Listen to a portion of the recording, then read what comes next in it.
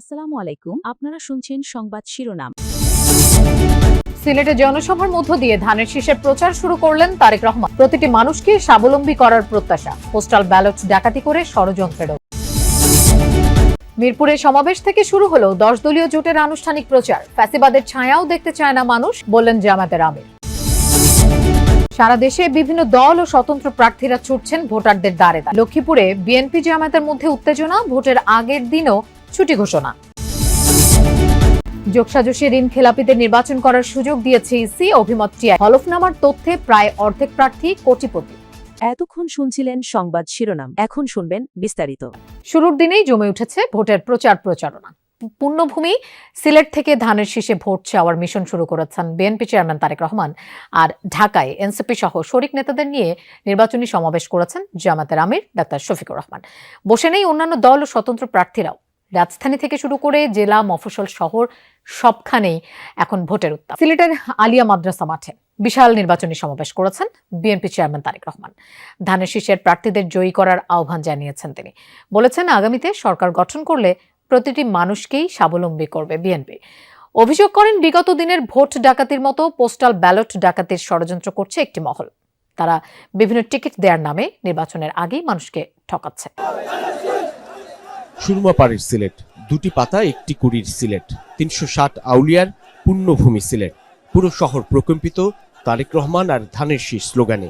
আসন্ন নির্বাচন ঘিরে সিলেট আলিয়া মাদ্রাসা মাঠে বিএনপির প্রথম নির্বাচনী সমাবেশে নেতাকর্মীদের বর্ণিল বিপুল উপস্থিতি।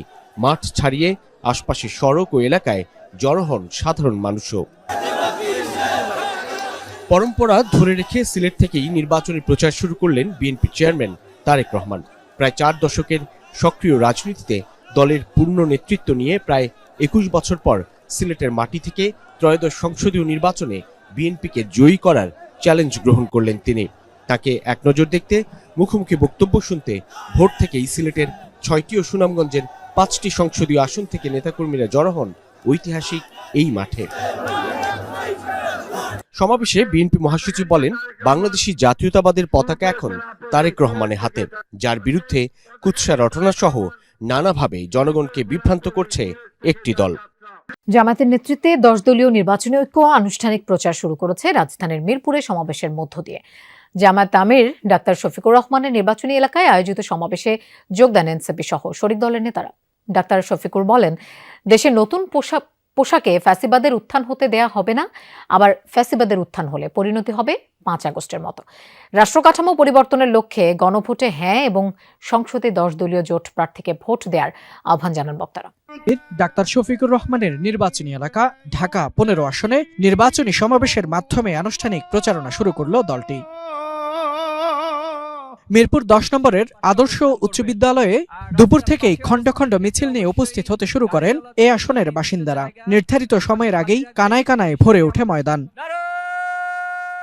বিকেল 4:30টায় মঞ্চে হাজির হন এ আসনের জামায়াত ইসলামের প্রার্থী ডাক্তার শফিকুর রহমান। এ সময় তার সঙ্গে ছিলেন 10 দলীয় জোটের শীর্ষ নেতারা। ঢাকার দলীয় প্রার্থীদের পরিচয় করিয়ে দেন জামায়াত আমির নাহিদ ইসলাম সহ প্রার্থীদের হাতে তুলে দেন দলীয় প্রতীক। এ সময় নাহিদ ইসলাম বলেন, এবারের নির্বাচন ক্ষমতা পরিবর্তনের নির্বাচন নয়, হবে ক্ষমতার কাঠামো পরিবর্তনের নির্বাচন। জাতীয় লড়াই আধিপত্যবাদের বিরুদ্ধে, ফ্যাসিবাদের বিরুদ্ধে এবং দেশের ভিতরে আমাদের দুর্নীতি এবং চাঁদাবাজ এবং বৈষম্যের বিরুদ্ধে লড়াই, এই উভয় লড়াই আমাদেরকে একসাথে চালিয়ে যেতে হবে। পরে প্রধান অতিথির বক্তব্যে ডাক্তার শফিকুর রহমান বলেন, নতুন পোশাকে দেশে ফ্যাসিবাদের উত্থান হতে দেওয়া হবে না। নতুন করে ফ্যাসিবাদের উত্থান হলে তাদেরও 5 আগস্টের মতো পরিণতি হবে।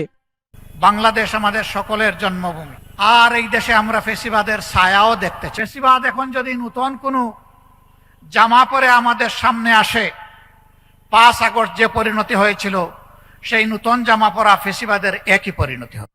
দলীয় প্রার্থীদের পাশাপাশি স্বতন্ত্র প্রার্থীরাও শুরু করেছেন প্রচারণা। সকাল থেকেই শুরু হয় তাদের কার্যক্রম। শহরের বিভিন্ন অলিগলি, বাজার, মহল্লা ঘুরে ঘুরে বিলি করেন প্রচারপত্র। কথা বলেন সব শ্রেণী পেশার মানুষের সাথে।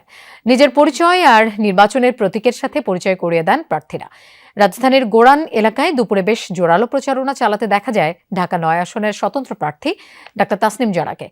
এদিকে হাতিরঝিল এফডিসি এলাকায় বড়সড় শোডাউন করেছেন ঢাকা 12 আসনের স্বতন্ত্র প্রার্থী সাইফুল আলম নীরব। পথসভায় তিনি ফেব্রুয়ারির ভোটে জয়ী হবার আশা করেন। আল্লাহ যদি আমাকে এই এলাকায় কবুল করেন, আমি পরিকল্পিতভাবে হকারদেরকে একটি নির্দিষ্ট স্থানে ব্যবসা করার সুযোগ দিয়ে এই এলাকায় ফুটপাত মুক্ত করব। যেই রাজনীতিটার কথা বলি সবসময়, স্বচ্ছতা এবং জবাবদিহিতার রাজনীতি, সেই রাজনীতির ধারাই আমরা বজায় রাখবো, চালু রাখবো। সেই ব্যাপারেই কথা হচ্ছে সবার সাথে। ত্রয়োদশ জাতীয় সাজসের মাধ্যমে ঋণ খেলাপিদের নাম কর্তনের সুযোগ করে দিয়েছে নির্বাচন কমিশন। এমন মন্তব্য করেছেন টিআরবির নির্বাহী পরিচালক ডক্টর ইফতেখারুজ্জামান। রাজধানীর ধানমন্ডিতে হলফনামায় প্রার্থী পরিচিতি নিয়ে সংবাদ সম্মেলনে এই অভিযোগ করেন তিনি। বলেন, ব্যবসাভিত্তিক রাজনীতির কাছে ইসি জিম্মি। অনেক প্রার্থী ঋণ খেলাপি হওয়া সত্ত্বেও সুযোগ দেয়ায় ইসি সাংবিধানিক দায়িত্ব পালন করেনি বলে অভিযোগ করেন। জানান, দ্বৈত নাগরিকত্ব নিয়ে তথ্য গোপনের তথ্যও আছে টিআইবির হাতে। হলফনামায় অসামঞ্জস্যপূর্ণতা, ক্ষমতার অপব্যবহার, দুর্নীতি কিনা তা খতিয়ে দেখা উচিত ইসির। কমিশন, রাজস্ব বিভাগ দুদক দায়িত্ব পালনে ব্যর্থ হওয়ায় হলফনামায় সঠিক তথ্য উঠে আসছে না। খেলাপি ঋণকে খেলাপি তালিকাভুক্ত থেকে সরিয়ে নেওয়ার সুযোগ সৃষ্টি করে দিয়েছে নির্বাচন কমিশন। অর্থাৎ ব্যবসা ভিত্তিক রাজনীতির কাছে নির্বাচন কমিশন জিম্মি হয়েছে এবং সেখানে কিন্তু কোনো প্রকার হেরফের ছাড়া সকল রাজনৈতিক দলের প্রভাবটাই কাজ করেছে। ভোট দেওয়ার আহ্বান জানান প্রার্থীরা, তবে ছিল না গণভোটের পক্ষে প্রচার। বিএনপির প্রার্থীরা জানিয়েছেন, সরকার কোনো বিশেষ দলকে কারচুপির সুযোগ না দিলে তারা বিপুল ভোটে জয়ী হবেন।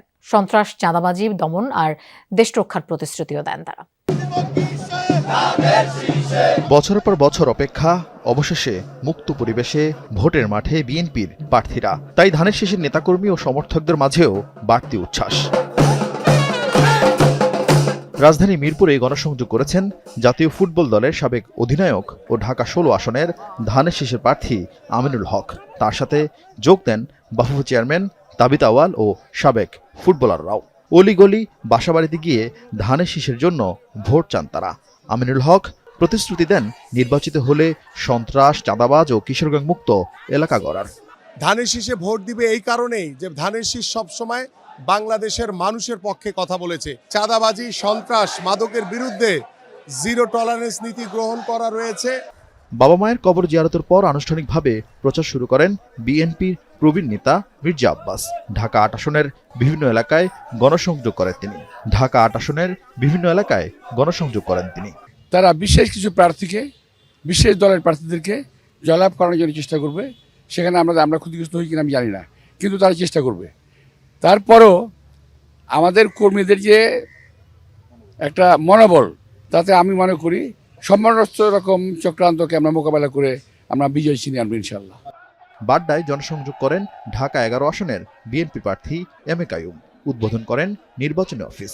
জনতার উদ্দেশ্যে বললেন, অবহেলিত ঢাকা 11 আসনকে ঢেলে সাজানোর। সন্ত্রাস, মাদক এবং চাঁদা মুক্ত ঢাকা 11 আসন